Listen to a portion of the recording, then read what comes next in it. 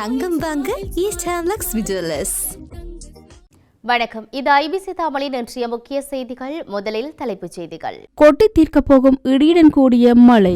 மாவீரர் தின அனுஷ்டிப்பில் இரட்டு நிலைப்பாட்டை காட்டும் அனுர அரசு. மாவீரர் நினைவேந்தல் தொடரப்போகும் கைதிகள். இலங்கை மத்திய வங்கி விடுத்துள்ள அறிவிப்பு. நாட்டில் ஏற்படவுள்ள தட்டுப்பாடு, அரசாங்கத்திடம் விடுக்கப்பட்டுள்ள கோரிக்கை. ரணில் அரசாங்கத்தில் 300 மதுபான உரிமங்கள். அனுர தரப்புக்கு வழங்கப்பட்ட பதில். தொடர்பான விரிவான செய்திகள். டிசம்பர் 10 முதல் வடக்கு மற்றும் கிழக்கு மாகாணங்களில் மழை நிலைமைகள் அதிகரிக்கும் என எதிர்பார்க்கப்படுவதுடன் நாடு முழுவதும் வடகிழக்கு பருவமழை படிப்படியாக நிலை பெறும் என எதிர்பார்க்கப்படுகின்றது.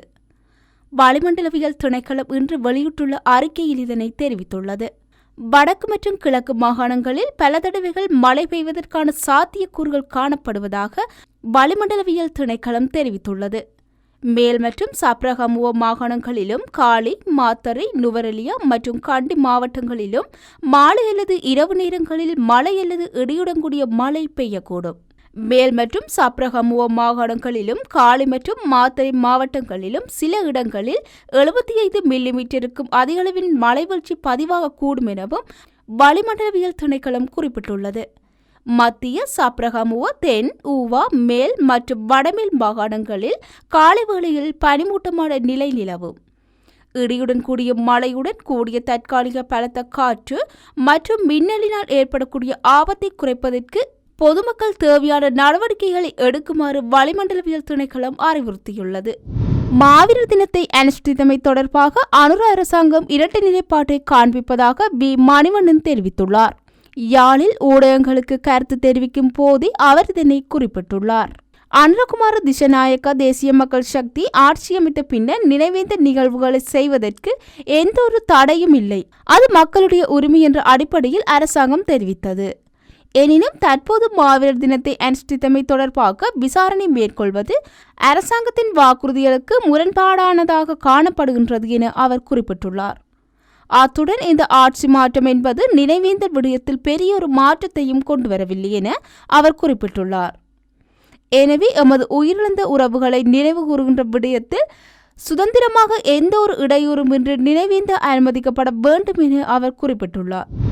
வடக்கு மாகாணத்தில் விடுதலை புலிகளை ஊக்குவிக்கும் வகையில் 7 சட்டவிரோத மாவீரர் நினைவேந்தல் நிகழ்வுகளை ஏற்பாடு செய்தவர்களை கைது செய்ய காவல்துறையினர் திட்டமிட்டுள்ளதாக வடக்கு மாகாண சிரேஷ்ட பிரதி காவல்துறை மா அதிபர் திலக் தனபால கொழும்பு ஊடகம் ஒன்றில் தெரிவித்துள்ளார். அவர்களை கைது செய்வதற்கு வசதியாக அந்த நிகழ்வுகளை ஏற்பாடு செய்த நபர்கள் குறித்த அறிக்கைகள் நீதிமன்றத்தில் சமர்ப்பிக்கப்பட்டுள்ளதாகவும் அவர் கூறினார்.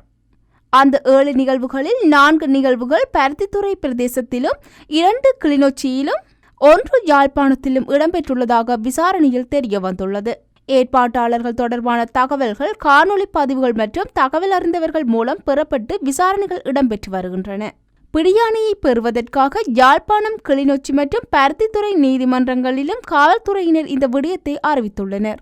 பருத்தித்துறையில் நடைபெற்ற நிகழ்வுகளில் ஒன்று முன்னாள் நாடாளுமன்ற உறுப்பினர் சிவாஜிலிங்கத்தினால் ஏற்பாடு செய்யப்பட்டதாக கூறப்படுகின்றது. 206,000 மில்லியன் ரூபாய் பெறுமதியான திரைசேரி உண்டியல் ஏல விற்பனையில் ஊடாக வழங்கப்படவுள்ளதாக இலங்கை மத்திய வங்கி அறிவித்துள்ளது. இந்த ஏல விற்பனை எதிர்வரும் 11ஆம் தேதி நடைபெறவுள்ளது. இதன்படி 91 நாட்கள் முதிர்வு காலத்தை கொண்ட 76,000 மில்லியன் ரூபாய் பெறுமதியான திரைசேரி ஊண்டியல்களும் 182 நாட்கள் முதிர்வு காலத்தை கொண்ட 90,000 மில்லியன் ரூபாய் பெறுமதியான திரைசேரி ஊண்டியல்களும் ஏலத்தில் விற்பனை செய்யப்படவுள்ளன. மேலும் 364 நாட்கள் முதிர்வு காலத்தை கொண்ட 40,000 மில்லியன் ரூபாய் பெறுமதியான திரைசேரி ஊண்டியல்களும் ஏல விற்பனையினூடாக வழங்கப்படவுள்ளதாக இலங்கை மத்திய வங்கி அறிவித்துள்ளது. நாட்டில் நிலவிய சீரற்ற காலநிலையால் வெங்காய செய்கை பாதிக்கப்பட்டுள்ளதுடன் வெங்காயத்துக்கு தட்டுப்பாடும் ஏற்பட்டுள்ளதாக தெரிவிக்கப்பட்டுள்ளது.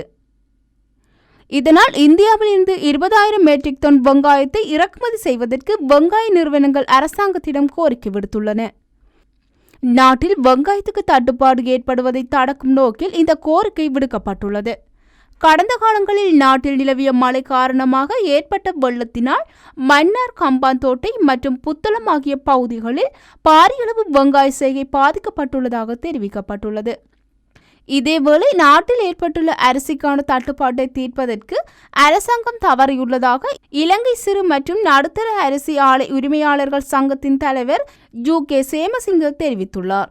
அரசாங்கம் அரிசி இறக்குமதி விடயத்தில் அசமந்த போக்கில் செயற்பட்டுள்ளது. அரிசிக்கான தட்டுப்பாடு நிலவிய காலப்பகுதியில் அரசாங்கம் விரைவாக செயற்பட்டு அரிசி இறக்குமதி செய்திருக்க வேண்டும் எனவும் அவர் கூறியுள்ளார்.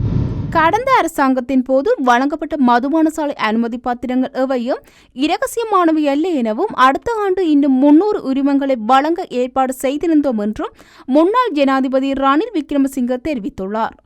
கடந்த அரசாங்கம் மதுபான அனுமதி பத்திரங்களை இலஞ்சமாக வழங்கியதாக எழுந்த குற்றச்சாட்டுகளுக்கு பதிலளிக்கும் போதே அவர் மேற்கொண்டவாறு தெரிவித்தார். ஒவ்வொரு அனுமதி பத்திரத்திற்கும் அரசாங்கம் கட்டணத்தை அறவிட்டுள்ளது. அவை சட்டவிரோதமாகவோ வழங்கப்படும். நாடாளுமன்ற உறுப்பினர்களுக்கோ அல்லது வேறு எவருக்கோ இலஞ்சமாக மதுபான உரிமங்கள் வழங்கப்படவில்லை. ஒவ்வொன்றும் 10, 15, 20 மில்லியனுக்கு விற்கப்பட்டது. இந்த அனுமதி பத்திரங்களில் அரசாங்கத்தின் வருமானத்தில் 4-5 பில்லியன் வரை சேர்ந்திருக்கலாம். நான் யாருக்கும் இலஞ்சம் கொடுக்க வேண்டும். இவை எதுவும் இலவசமாக வழங்கப்படவில்லை. சில எம்பிகள் உரிமம் பெற சிலரை அனுப்பி வைத்திருந்தனர்.